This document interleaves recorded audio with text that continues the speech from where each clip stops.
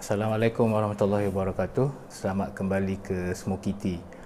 Okey, hari ni saya nak share apa first day kita, macam mana rupa hari pertama kita sebagai ejen Smoky Tea ataupun ejen apa-apa bisnes lah, senang cerita. So, katakan anda baru saja daftar jadi ejen, jadi pengedar ataupun dropship, and anda pun dah dapat stok. So apa kita punya first step? So mesti ramai di kalangan orang dia punya persoalan is macam mana aku nak marketkan produk ni, macam mana aku nak jual produk ni. Itu biasa persoalan ramai orang ada lah kan. So betul lah tu, memang itu yang biasa kita fikir. Cuma kadang kita tak tahu marketing tu macam mana nak buat, and then kita pula tertiru-tiru, terikut-ikut orang lain. So sometimes ada benda yang kita tengok cara marketing orang tapi tak kena dengan kita. Macam contoh, ada orang buat FB live, ada orang buat TikTok, tapi sometimes marketing tu tak kena dengan bisnes tu. Macam contoh, saya ambil contoh kalau Smoky Tea ni, biasanya Smoky Tea ni kita cuma jual di kalangan customer-customer yang dekat-dekat area kita je. Kita tak akan post jauh-jauh ke merata Malaysia, sebab pertama botol ni besar, berat, jadi kos post tu mahal, tak kena dengan kita punya untung rugi nanti. Ataupun botol tu kaca, jadi mungkin kalau post dia akan mudah pecah dan sebagainya. Jadi secara realistik, kalau macam minuman macam Smoky Tea ni, kita cuma akan edar di sekeliling tempat kita, kita tak akan buat online e-commerce. Jadi kalau kita guna marketing macam contoh Facebook Live ataupun TikTok, walaupun kita ada follower yang sangat ramai sekalipun, follower berpuluh-puluh ribu sekalipun, tapi kalau most follower ni bukan dekat area-area kita duduk, bukan dekat area kita tinggal, dia orang tak boleh beli dan kita pun tak boleh nak hantar. Jadi tak guna juga. So kita kena bijak. Sebelum kita pilih strategi marketing itu, kita kena fikir dulu apa yang paling sesuai dengan kita lah. So untuk Smoky Tea, saya nak cadangkan beberapa kaedah. Okay?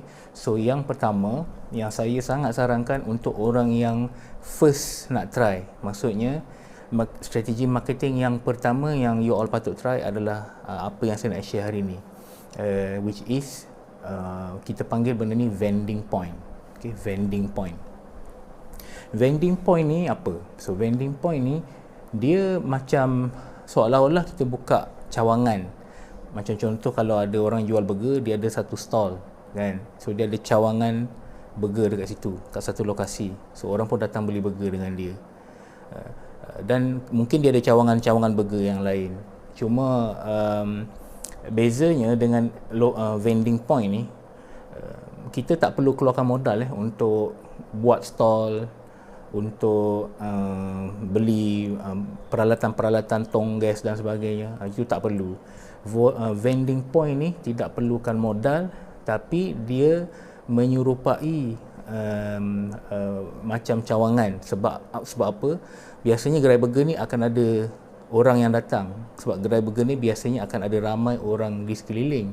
So macam gerai burger ni biasanya ada dekat depan 7E, betul tak? Dekat kedai-kedai, dekat pusat orang datang, di situ adalah tempat ada gerai burger biasanya.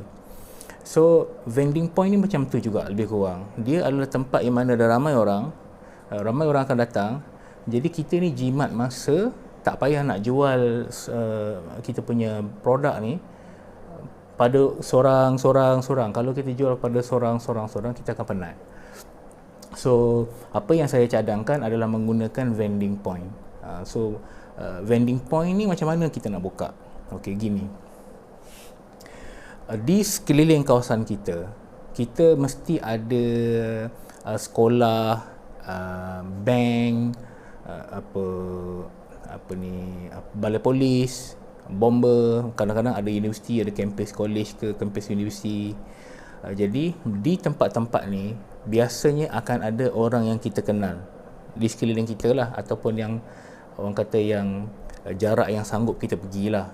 Kalau jauh sangat, kalau tak sanggup, tak perlulah. So kita cari tempat yang kita sanggup pergi. Macam kita ambil contoh bank. Macam baru-baru ni saya buka akaun dekat bank Muamalat. Okey, saya buka akaun, jadi saya berhubunglah dengan orang yang tolong bukakan akaun bank saya tu kan. So kita dah jadi kenalan. Saya pun ada beli lagi barang-barang dengan dia, beli urusan bank lah kan. Jadi dia dah jadi kenalan walaupun baru je kenal. So saya tahu dekat bank ni masa saya buka akaun tu adalah dalam 7-8 orang staff. Yang kat bawah kat atas tak tahu lagi berapa kan. So bila kita kenal someone, cara kita approach ni adalah senang je. Kita minta tolong dia, kita nak buat survey. Macam cara nak jual kepada orang ni, tip dia jangan terus jual. Kita boleh buat dengan dua cara. Okey. Cara pertama is kita cakap dia, saya ada smoky tea, saya pengedar smoky tea. Saya tengah dalam proses buat survey bagi pihak syarikat. Jadi saya nak minta tolong rasa, boleh ke nak bagi tahu, saya nak tahu yang mana yang you suka, flavor mana, perisa mana yang you suka. Percuma nanti saya datang bagi sampel. So itu cara dia. So cara itu kita approach macam tu. So saya ada buat dia dengan seorang pegawai bank Muamalat yang baru saya kenal. Saya WhatsApp dia, saya minta tolong lah, boleh tak minta tolong rasakan flavor ni, nak buat survey. Dia pula yang cakap, boleh. Sebab bila saya bagi gambar tu, dia seronok tengok gambar, dia kata cantiknya. And then saya tanya dia, boleh tak minta tolong survey, saya nak buat survey, saya nak tahu flavor mana yang tuan suka. Saya cakap macam tu. Dia kata boleh. Dia kata saya promote kepada office mate saya pun boleh. Jadi dia pula yang tawarkan untuk dia promote kepada office mate dia. Tak perlu saya buka mulut pun. So tu cara teknik pertama lah. So bila kita jumpa orang, kita cakap saya nak buat survey. Ataupun cara kedua, biasa yang kita boleh tanya di samping survey tu, kaedah survey tu, kaedah kedua adalah kaedah kita tanya tips. So macam contoh, ini lebih bagus buat dengan kawan-kawan lah. So katakan kita dah kawan lama, kita tanya dia, aku baru jadi pengedar smoky tea, boleh bagi tips tak macam mana aku nak pasarkan benda ni? Boleh bagi tips tak macam mana aku nak marketkan benda ni? So benda tu secara tak langsung dia akan bagi pendapat dia. So kita dapat ilmu. Dia akan bagi kadang-kadang dia akan tawarkan solution. Kau jual lah dekat office aku, aku tolong promotekan dekat office aku. So dah dapat satu lubang, satu vending point. So sometimes kita boleh tanya, aku baru buka bisnes smoky tea ni, apa cadangan kau untuk aku marketkan? Ada orang ni dia bagi cadangan suruh jual kat pejabat-pejabat. Pendapat kau macam mana? So, sometimes kita boleh tanya macam tu. So depend pada kita. So katakan dia bagi tahu, mungkin kau boleh jual dekat dekat kedai runcit. So dia akan bagi pandangan-pandangan dia. So kita diam je, kita tunggu je, kita dengar je apa dia bagi pandangan. And then sekarang ni kita dah achieve dua benda. Satu, dia dah tahu kita jual smoky tea. Itu yang pertama, dia dah tahu. Sebab bila kita berniaga ni, kita kena bagi tahu pada orang apa yang kita buat, apa yang kita usahakan. Kalau kita tak bagi tahu, tak berniaga macam tu. So kita dah bagi tahu dia. Tu matlamat pertama dah capai. Matlamat kedua is kita nak kita dah dapat ilmu pendapat-pendapat dia macam mana. Dan bila kita tanya pendapat orang ni, biasanya dia akan rasa seronok untuk share. So dia akan seronok je share dengan kita, dan perbualan antara kita dengan dia tu jadi rancak. Dia jadi rancak. Jadi kita nak berurus niaga dengan dia selesa lah, senang. Kalau kita pula yang menjual pada dia, kita rasa tak selesa. Tapi bila dia yang share idea dia pada kita, kita akan rasa selesa. Then kita tunggu je lah. Sometime akan ada kawan yang cakap, aku nak try beli, aku nak try satu, aku nak try dua, aku nak try tiga. So kesimpulannya, ada dua kaedah yang saya dah share hari ni. Kalau you perasan, Pertama, vending point. Vending point ni kita cari kawan-kawan kita yang kerja dekat bank, kawan-kawan kita yang kerja lecturer sekolah, kawan-kawan kita yang kerja polis, lecturer, bomber, kerja kerajaan, kerja government. Sebab apa? Di pejabat mereka ni ada banyak staff. Okey, ada banyak staff.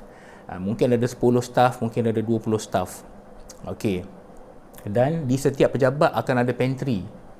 Jadi mula-mula saya ulang balik sikit saya terlupa satu point ni. So bila kita approach vending point, kawan kita yang kerja kat bank contoh, and then dia dah setuju untuk buat survey. So kita jumpa dia pagi tu, cakap okey, saya datang hantar sampel ni, bagilah 2 botol. So kita bagi 2 botol dan kita bagi sekali borang survey macam ni. Kita buat borang survey dan kita bagi tahu pada dia, okey, saya nak buat survey, kalau boleh minta tolong pas kepada staff-staff lain, saya pun nak tahu dia orang punya pandangan macam mana. So bagi 2 botol pada dia, bagi tahu, suruh staff tulis nama kat borang ni dan pilih flavor mana yang disuka, di tik kan. Dan kat bawah ni ada nama kita, nombor phone kita wajib ada. Apa yang biasanya berlaku, sambil dia orang duk survey sesama dia orang ni, dia akan cakap, aku suka hazelnut, aku suka yang ni. And then sambil dia survey, sambil tu dia akan order. Terus order.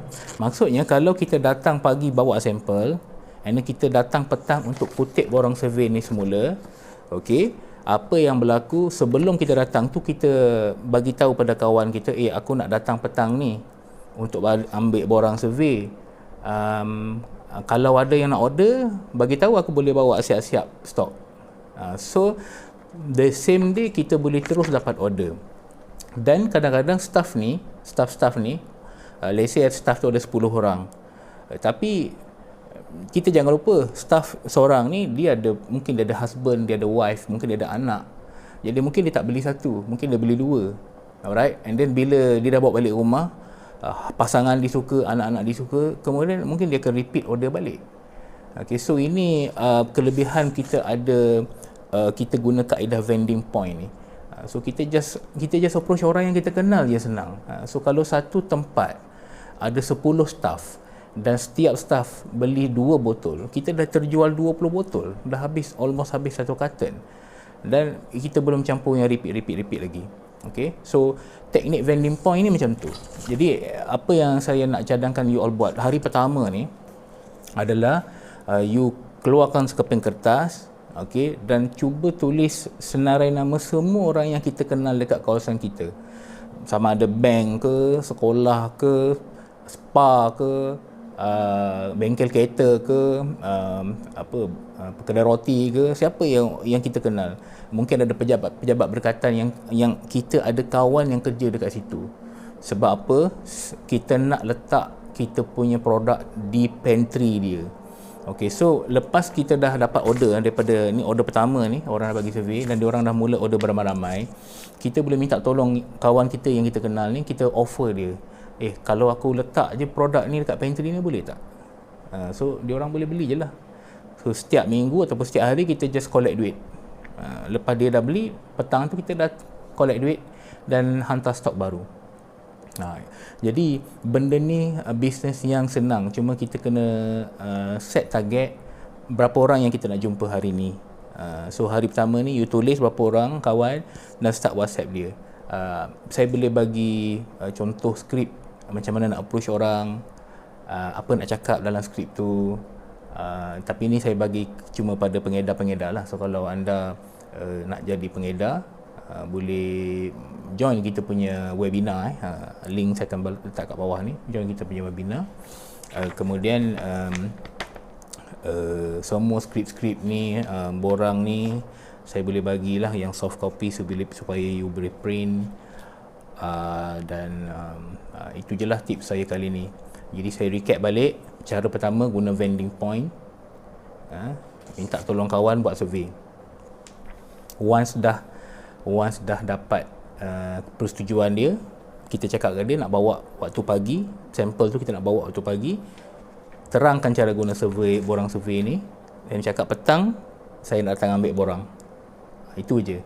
Dan sebelum datang petang tu, tanya kawan kita, saya nak datang ambil borang ni, boleh tak tolong tanya ada tak yang nak order, boleh saya terus bawa stok. Itu je. It's very simple, very simple. Dan insyaAllah daripada situ je boleh dapat banyak order, mungkin lebih daripada 5 order, 10 order mungkin. Cara kedua adalah kawan-kawan kita sendiri. So mungkin jiran kita, mungkin AJK masjid ke, orang yang kenal kat sekeliling kita, dan menggunakan teknik minta nasihat. Macam saya cerita tadi, teknik minta nasihat. So kita cakap pada dia, aku baru je start bisnes ni, jadi pengedar commodity ni, macam mana boleh bagi advice apa pandangan kau, macam mana aku nak marketkan benda ni, macam mana aku nak jual benda ni. So dia pun akan bagi pandangan dia, walaupun ada orang tak tahu sangat pun, tapi dia akan bagi pandangan dia sambil dia seronok-seronok cerita tu. Apa yang berlaku, perbualan antara kita dengan dia akan jadi mesra dan rancak, dan kita nak persekitaran mesra ni supaya mudah. So dalam keadaan macam tu, kadang-kadang dia akan terjual diri dia sendiri. Dia kata aku nak try lah. So once dia dah try, dia bawa balik rumah, family dia try, family dia suka, insyaAllah dia akan datang order balik. So itu tips yang saya nak share dalam video kali ni. Lebih panjang daripada yang saya hajat lah untuk video ni, 16 minit, tapi tak apalah. So harap dapat sesuatu. Dalam next video saya akan bagi tips lain lah. Jumpa lagi. Assalamualaikum warahmatullahi wabarakatuh.